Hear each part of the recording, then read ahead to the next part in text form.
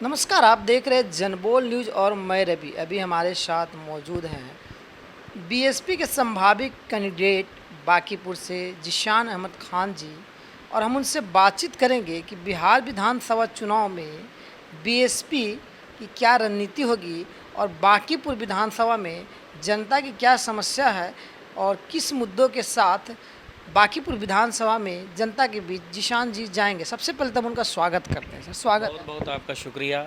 Sir, हम जानना चाहेंगे सर, किस मुद्दा के साथ बांकीपुर जनता के बीच में आप जा रहे हैं?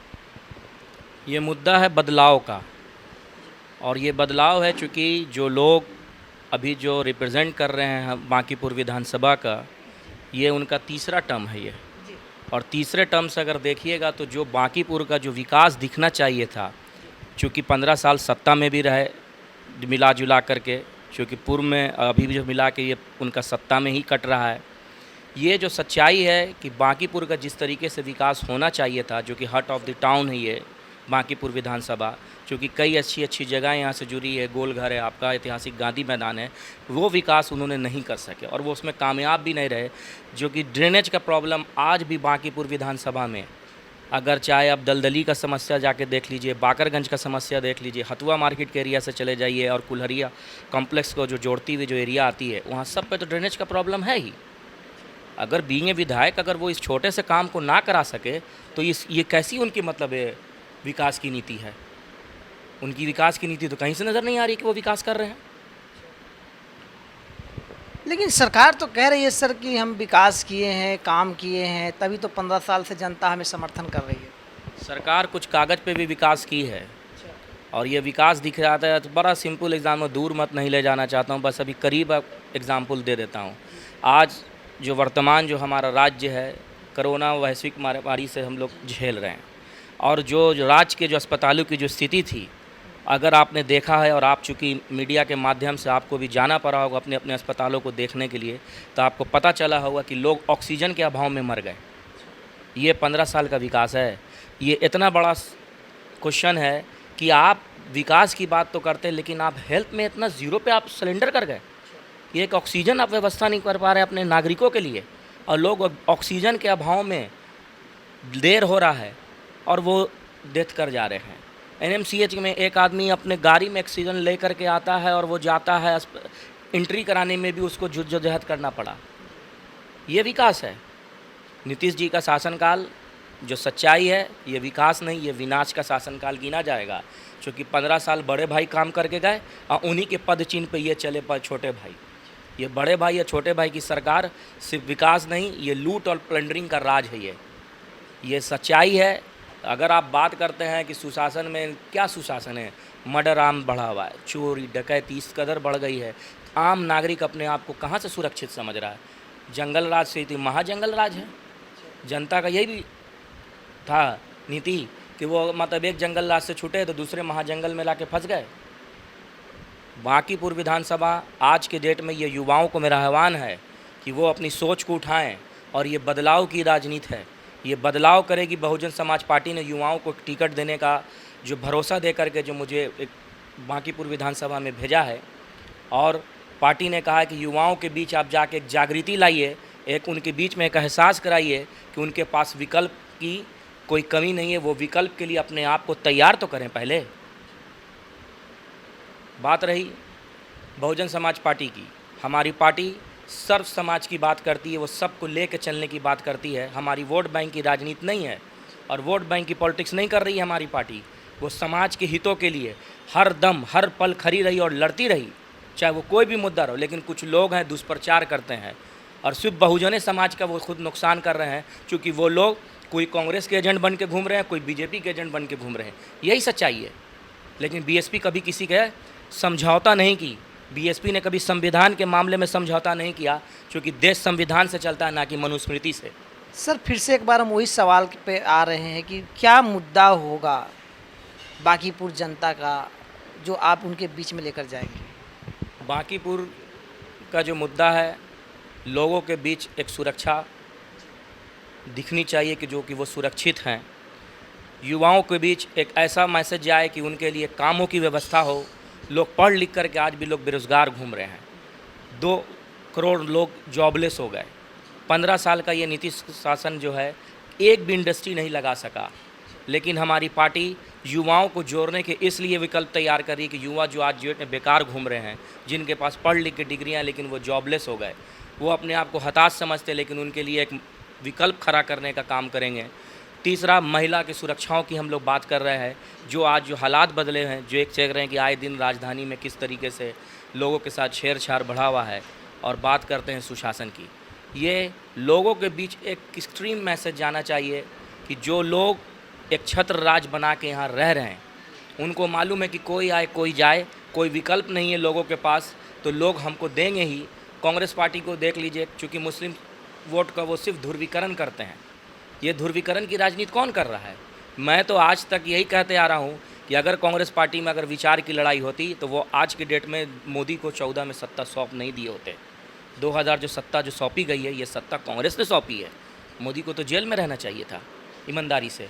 2002 के दंगे का इतिहास उठा के देखिए, कांग्रेस अपने सांसद का इंसाफ नहीं दिला सकी। इससे बड़ा बात क्या होगा? और कांग्रेस आज मुसलमानों के जाके वोट बैंक की बात करती है। उस कांग्रेस से पूछिए कि संविधान बदलने में उसने क्या क्या बंद कमरे में काम किया। मुसलमान तो कल भी साथ था, मुसलमानों ने तो उनको कब नहीं साथ दिया? 55 साल वो यहाँ राज किए, मुसलमानों को ही धड़ाकेबाज किए। आज वो जो काम कांग्रेस करती थी वो काम आज बीजेपी करती है। बीजेपी आज हिंदुओं के बीच में जाके कहती है कि मुसलमान आ जाएगा। कांग्रेस उसी ज़माने में जब राज कर रही थी तो मुसलमानों कहती थी कि हिंदू जीत जाएगा, हिंदू जीत जाएगा। यानी दो कौम को लड़ाते रहे और ये लोग सत्ता का सुख भुगते रहे। ये लड़ाई बदलाव की है। मैं बांकीपुर की जनता से आह्वान करता हूँ कि ये 30 साल का जो एक छत्र राज है इन लोगों का, इसको बदलिए, अपने विचारों को उठाइए। और संविधान से ये देश चलता है, ना कि मनुस्मृति से। बार बार इन बातों को मैं इसलिए उठाता हूँ कि वर्तमान जो आपका राजधानी है, खुद सब्जी बाग में NPR NRC CA को लेकर जो प्रोटेस्ट हुआ और जो दिखता है दलित मुस्लिम कम्बिनेशन की जो बातें की गई, खुद सुल्तानगंज में भी प्रोटेस्ट हुआ।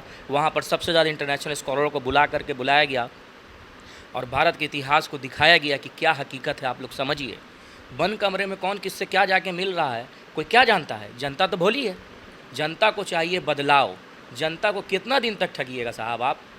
कोई आप बात नहीं कर रहे हैं, ना इंडस्ट्री के मामले में आप बात कर रहे हैं, ना आप बुनकरों की समस्याओं को आप हल कर रहे हैं, नहीं आपने महिलाओं की सुरक्षा के बारे में आप कोई बात कर पा रहे हैं। और आप बात कर रहे हैं कि हमने बांकीपुर में बहुत काम कर दिया। अगर बांकीपुर में काम करता, आज ड्रेनेज 15 साल आप विधायक हैं, आपके पास फंड है, आपके पास चूँकि सरकार भी है, आपने अब ड्रेनेज का मामला नहीं हल किया।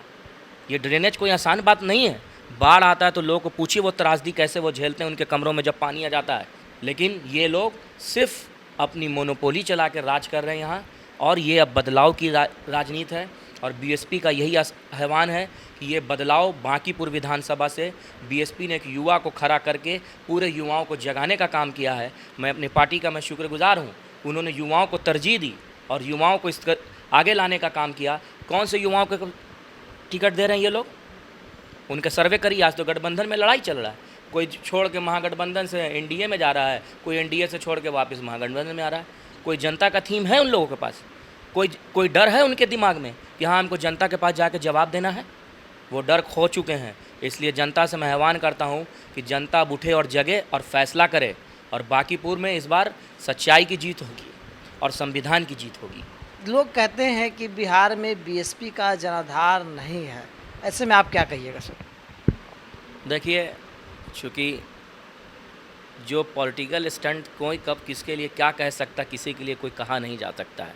अगर जनाधार की बात कीजिएगा तो बहुजन समाज पार्टी का जनाधार SC ST OBC माइनॉरिटी पे आज भी है।